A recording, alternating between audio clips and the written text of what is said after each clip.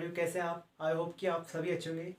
Best classes की ओर से आपका सभी का स्वागत है इस 7th क्लास में, जिसमें लास्ट टाइम हमने पढ़ा था एसिड के बारे में, एसिड की कुछ प्रॉपर्टीज़ के बारे में, जिसमें हमने जाना था कि एसिड्स ऐसे सॉल्यूशन हो सकते हैं जो H+N देते हैं किसी भी सॉल्यूशन में घुलने पर, डिजॉल्व होने पर। ठीक है, तो आज हम उसी टॉपिक को आगे लेते हुए बेस के बारे में जानेंगे, यानी कि क्षार वस्तु के बारे में जानेंगे। क्षार क्या चीज़ होती है? ठीक है, हिंदी में बोले तो क्षार और इंग्लिश में बोले तो बेस। ठीक है, तो बेस के बारे में जानते हैं। जैसे हमने देखा था कि एसिड जो होते हैं वो खट्टे होते हैं, स्वाद में सोर इन टेस्ट होते हैं। वैसे ही जो बेस की बात करें, बेस क्या तो स्वाद में खट्टे होते हैं, खट्टे नहीं होते हैं, ये होते हैं कड़वे होते हैं, बिटर इन टेस्ट होता है। ठीक है, और अगर आप इनको छुएंगे, टच करेंगे तो उसका टेस्ट कहीं ना कहीं साबुन की तरह सोपी इन टेस्ट, सोपी इन टच आएगा। ठीक है, अगर आप छुएंगे तो कैसे होंगे?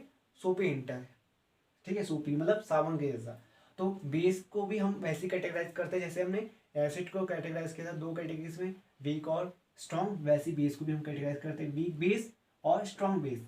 अब वहाँ पर तो हमने देखा था कि एसिड जो होता है H+ आयन देते हैं सॉल्यूशन में डिजॉल्व होने पर, बट जो बेस होते हैं वो OH- आयन देते हैं। OH- बोले तो हाइड्रोक्साइड आयन। ठीक है, हाइड्रोक्साइड, ये क्या नाम है? Hydroxide ions. ये कैसे होते हैं? OH- है, इसमें देखो माइनस, इसमें कैसा चार्ज है? माइनस चार्ज है। OH-, वहाँ क्या था? H+ था, पॉजिटिव चार्ज था। यहाँ पर उसका जस्ट उल्टा है। Weak base are those base which gives less amounts of hydroxide ions in the solution.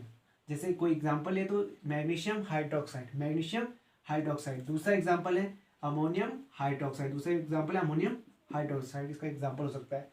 अब दूसरी बात करें स्ट्रॉन्ग बेस की, तो स्ट्रॉन्ग बेस कैसे बेस है? स्ट्रॉन्ग बेस ऐसे बेस है जो डिजॉल्व होने पर, सॉल्यूशन में डिजॉल्व होने पर कैसे आयंस देते हैं? ज़्यादा मोर नंबर्स ऑफ हाइड्रोक्साइड आयंस देंगे आपको। ठीक है, हाइड्रोक्साइड आयंस की इसमें नंबर क्या होंगे? ज़्यादा होंगे। जैसे एग्जांपल ले लेते हैं कास्टिक सोडा नंबर 1, नंबर 2 लेते हैं कास्टिक पोटास। ठीक है, ये एग्जाम्पल हो गए। तो आपने देखिए क्या जाना बेस के बारे में? बेस एक तरीके से बिटर इन टेस्टी यानी कड़वे होते हैं स्वाद में। अगर हमको छुएंगे, आप टच करेंगे तो कैसे रहेगा? सोपी इन टेस्टी। सोपी इन टेस्टी मतलब छूने पर साबुन जैसा महसूस होगा। आप कभी साबुन चखना, आपको कैसा टेस्ट आता है पता चल जाएगा आपको, और टच करेंगे तब भी पता चल जाएगा। ठीक है, तो इस तरीके से आप बेस को क्लासीफाई कर सकते हैं कि वीक और बेस किस तरीके से वो हाइड्रोक्साइड आयंस सॉल्यूशन में दे रहे हैं। इस बेस पे आप वीक एसिड और स्ट्रॉन्ग बेस की तरह उसको इंडिकेट कर सकते हो। ठीक है, और उसी चीज़ को हम जानेंगे कि अगर हमें पता लगाना भाई कि सॉल्यूशन कैसा है, एसिडिक है बेसिक। ठीक है, तो आप किस सब्सटेंसेस की मदद लेंगे? उन्हें बोलेंगे हम इंडिकेटर्स। उन्हें क्या बोलेंगे? इंडिकेटर्स। इंडिकेटर्स ऐसे सब्सटेंसेस होते हैं जो किसी भी सॉल्यूशन के साथ, चाहे वो एसिडिक हो या बेसिक, अगर उसके साथ वो टच होते हैं या उसके साथ कॉन्टैक्ट में आते हैं तो एक कलर्स का अपेयरेंस करते हैं और उससे पता चलता है कि ये सॉल्यूशन एसिडिक है या बेसिक। तो यहीं पर हमने लिखा है दो substances which show different colour in acidic and basic solution. ऐसे सब्सटेंसेस जो अलग अलग टाइप के कलर शो करते हैं, अगर वो किसके टच में आते हैं? एसिडिक या बेसिक सॉल्यूशन के टच में आते हैं, तो वो क्या कहलाते हैं? इंडिकेटर। ऐसे सब तो ऐसे सब्सटेंसेस को क्या कहते हैं? इंडिकेटर्स कहलाते हैं। इंडिकेटर्स को हिंदी में बोले तो सूचक कहलाते हैं। इंडिकेटर्स नेचुरल इंडिकेटर हो सकते हैं। ठीक है, नेचुरल इंडिकेटर्स जो नेचुरल प्रोड्यूस होते हैं, जैसे लिटमस होता है।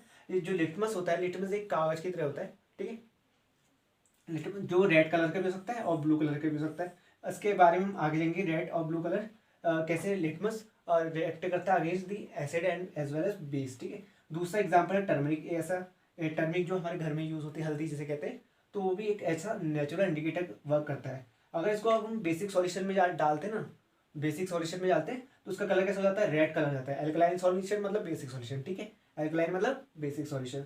तीसरी बात करते हैं हम चाइना रोज। चाइना रोज एक तरीके से फूल हो सकता है, फूल होता है। ठीक है, पौधा जैसा। तो वो क्या करता है? वो भी एक तरीके से इंडिकेटर, नेचुरल इंडिकेटर का वर्क करता है। वो क्या करता है? जब उसको एसिडिक मीडियम में डालते हैं तो उसके जो पंखुड़ी जो होती है वगैरह, ठीक है, पंखुड़ी यानी पेटल्स जो होती है वो डार्क पिंक कलर की हो जाती है। जबकि अगर उसे एल्कलाइन मीडियम यानी बेसिक मीडियम में डाला जाता है तब वो कैसे हो जाती है? ग्रीन कलर हो जाती है। ठीक है, तो ये आपने जाना कि इंडिकेटर्स का तो ऐसा सब्सटेंसेस जो डिफरेंट कलर शो करते हैं अगर उसे एसिडिक और बेसिक मीडियम में डाला जाता है। अब हमने जाना था कि लिटमस होता है। लिटमस कहाँ से ऑब्टेन होता है? लिटमस लाइकेंस एक ऑर्गेनिज्म होता है, वहाँ से ऑब्टेन होती है। लाइकेंस लाइकेंस दो तरीके का मिक्सअप एक ऑर्गेनिज्म होता है जो फंगस और एल्गी से मिलकर बना होता है। ठीक है, तो लिटमस वहीं से ऑब्टेन होते हैं। अगर लिटमस की रिएक्शन एसिड और बेस के साथ क्या होगी कि वो जानते हैं। अगर देखो, अगर आपका सॉल्यूशन एसिड है, अगर उसको ब्लू लिटमस के साथ रिएक्ट कराएंगे तो कैसा कलर देगा? रेड कलर देगा। एसिड जब ब्लू लिटमस के साथ उसको रिएक्ट कराएंगे, ठीक है, उसको कांटेक्ट में लाएंगे तो उसका लिटमस का कलर कैसा आएगा, ब्लू से रेड हो जाएगा। जबकि बेस यानी क्षार की रिएक्शन कराएंगे रेड लिटमस से, बेस की रिएक्शन यानी क्षार की रिएक्शन कराएंगे लिटमस से, तो ब्लू कलर दिखेगा। अगर इसको आपको याद करना है trick, ABR acid react with blue litmus change into red litmus, ठीक है। Base react with red litmus change into blue litmus, ठीक है। तो ये था आज की वीडियो। आई होप कि आपको ये समझ में आया होगा वीडियो। हमारे साथ जुड़े रहिए बिस्ट क्लास के साथ। इस वीडियो को शेयर, लाइक एंड सब्सक्राइब कीजिए। Thank you so much.